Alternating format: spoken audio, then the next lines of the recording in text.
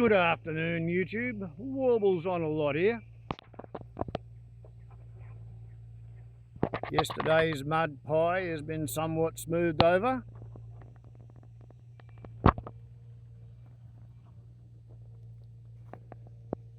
And we have acquired what they describe as a slip track. So you can slip around the boggy bit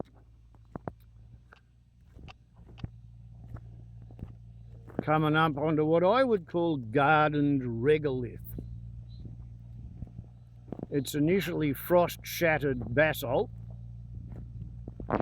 full of sharp edges, with chemically weathered, oxidised outsides, which turns into what passes for stony gravel and sand,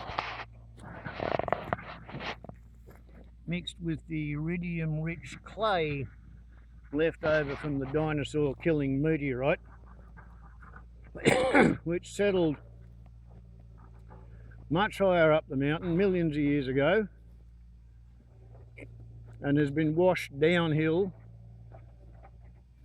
by a lot of rainfall and erosion and settled in the gullies on top of the ridges sort of thing in montane swamps. The reason I have swamp wallabies eating my spare bread every morning is because they live up here in the montane swamp that isn't here anymore. So yeah, this is the slip track. I'm quite happy to have it. It's an alternative to the quote wet weather driveway, which is currently blocked by trees. I can turn this into quite a good little access of the track.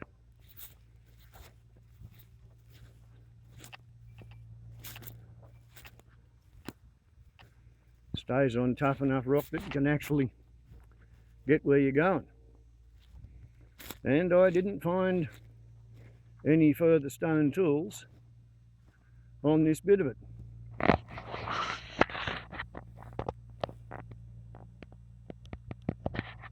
There's the long view of what's going on, and I have spent a fair bit of time down there, to the tune of an hour and 22 minutes with a brush cutter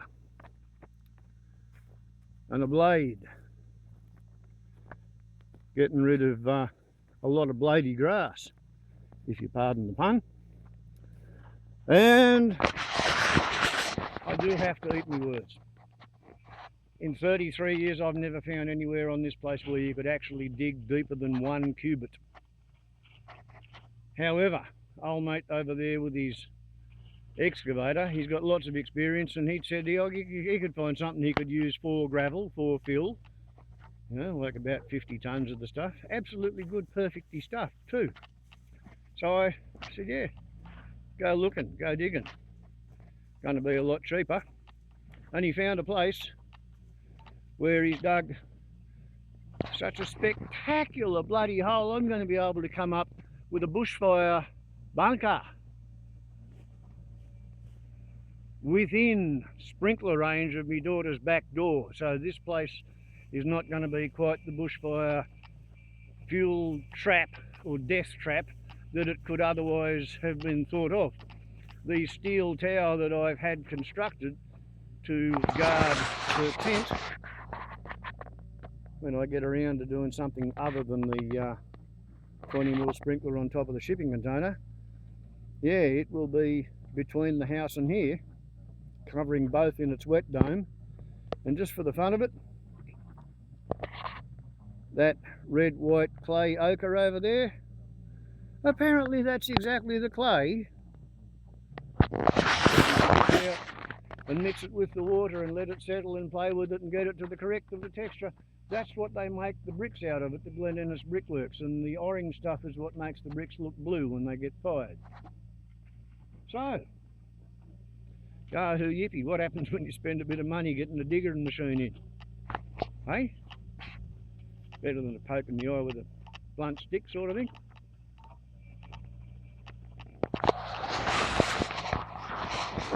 And this here is what Warble Daddy did in 82 minutes. no, 84 minutes, something like that. But anyway, here's where the machine got sort of kind of defeated a bit yesterday by the size of the rocks, and then they decided that digging down was just as dumb as I said it was, and a much more better idea would be to build up. So we figure out where the pad has to be on the white bit of paint, and we come across all of this, and I've got enough lay flat hoses to run a 25mm fire hose up here to feed the tower of light and shower on the corner of the house. So it'll put a 17-metre diameter wet dome over the top of the house and the fire bunker. So a person should be able to stand around here and put fires out with a sprinkler going at my place and a sprinkler going here and all manner of defensive tactics going on. And yeah, the tree that I was a bit worried about, Charlie took it out. I think that's what his name is. And yeah, the Xantheria got left there because they grow at a princely rate of, I think it's half an inch, might be an inch every 10 years, 25mm to the decade. Their trunks grow, very, very slow growers. The core of their trunk is full of starch, and you can, if you really want to be a vandal, process them and make sugar out of them. There was a nutcase of a person who patented a method of doing that. He wanted to kill all the Xantherias in Queensland's interior and turn them into sugar. I had a mate who had a 6-metre tall Xantheria. It was 630 years old. Imagine making sugar out of a 630-year-old grass tree. Some people are dickheads.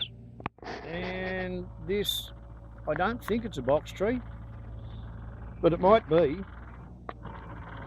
It's now being piled up into a windrow, and in about 25 or 30 years it might be ready to burn like that. Otherwise we'll just wait till the leaves fall off and wait till the branches dry and maybe pull sticks off and work our way in and gradually use it for various bits of bloody firewood. Otherwise, after the pad's done and once it's dried out a fair bit, we might have to have a hazard reduction fire over here, as well as another one of our perfect burns over there. A person could have endless amounts of fun worrying about bushfires, couldn't one? Look at this. Blady grass up to the arse. Now I've done hazard reduction burns on this 4 or 5 times, years apart, all the way around here.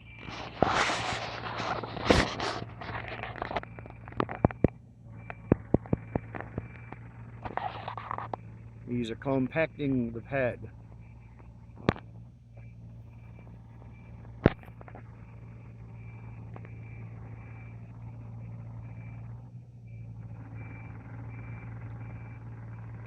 Only costing darling daughter $100 an hour for this. It's going to cost me $200 extra to have the steps put into the hole in the ground so I can turn it into a fire bunker afterwards. Bargain.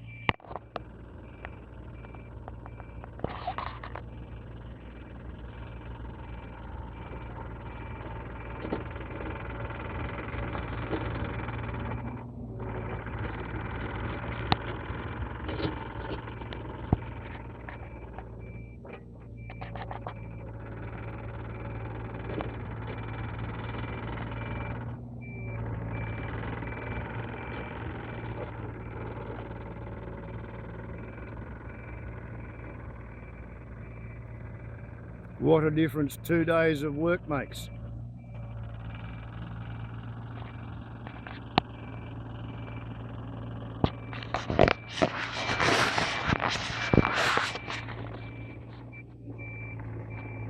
Mighty piston-powered technology is the method now that you can see.